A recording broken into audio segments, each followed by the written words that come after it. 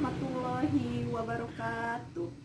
Alhamdulillahirabbil alamin. Puji syukur kehadirat Allah Subhanahu wa taala yang telah memberikan curahan nikmatnya terhadap kita semua sehingga kita masih diberikan kesempatan melaksanakan Ramadan di tahun ini.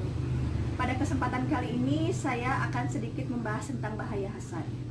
Hasad atau disebut juga dengan iri dengki terhadap orang lain itu dilarang oleh Allah Subhanahu wa taala karena hasad adalah penghancur setiap amalan perbuatan kita di dunia. Hasad dibagi menjadi dua macam, ada hasad tercela, ada hasad terpuji. Hasad tercela itu hasad atau sikap dan perilaku manusia yang tidak suka atas kenikmatan orang lain yang diberikan Allah Subhanahu wa taala.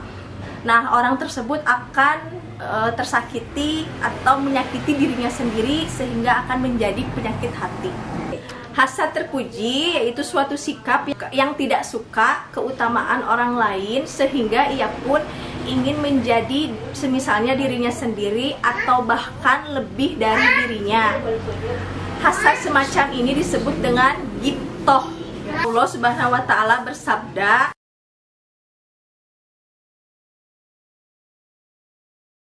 yang artinya tidak boleh hasad atau ghibthah kecuali pada dua orang, yaitu yang Allah berikan, anugerahkan padanya lalu ia infakkan pada jalan kebaikan, dan orang yang Allah berikan ilmu Al-Quran dan sunnahnya ia menunaikan dan menjalankannya atau mengerjakannya, sehingga dapat membedakan ketika seseorang kebaikan atau melebihi yang lain dalam kebaikan itu disebut dengan ghibthah ya, bukan berarti itu disebut dengan hasad ya.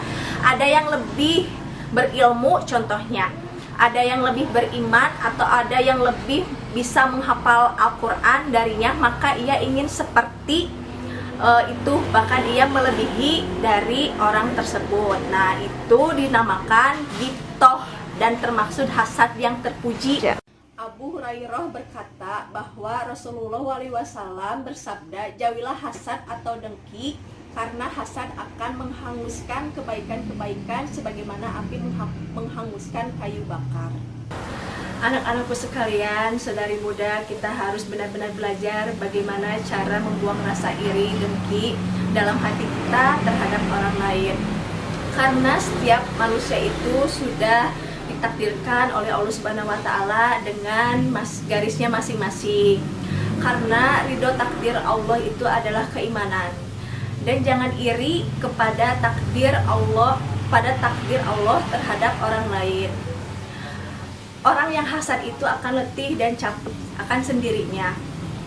Karena manusia tersebut tidak akan puas dengan nikmat Allah yang Allah berikan terhadapnya. Maka harus bersyukurlah kita sebagai umat manusia yang sudah dikaruniakan atau anugerahkan kepada kami. Sebab-sebab hasad adalah cinta dunia, baik cinta harta benda, kedudukan, jabatan, maupun ingin selalu dapat pujian dari manusia. Penyakit termasuk hasad juga ada obatnya, yakni dengan ilmu dan amal.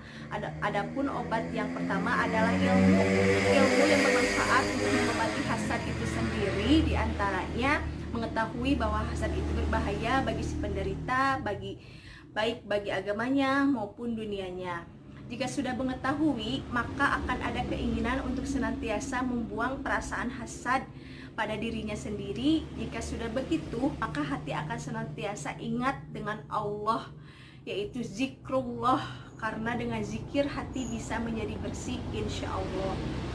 Sekian kultum dari Ibu, mohon maaf apabila ada kesalahan atau yang kurang berkenan. Taufiq wal hidayah. Wassalamualaikum warahmatullahi wabarakatuh. Semoga bulan Ramadan ini Allah menjaga hati kita untuk terbebas dari rasa hasad. Amin amin ya rabbal alamin.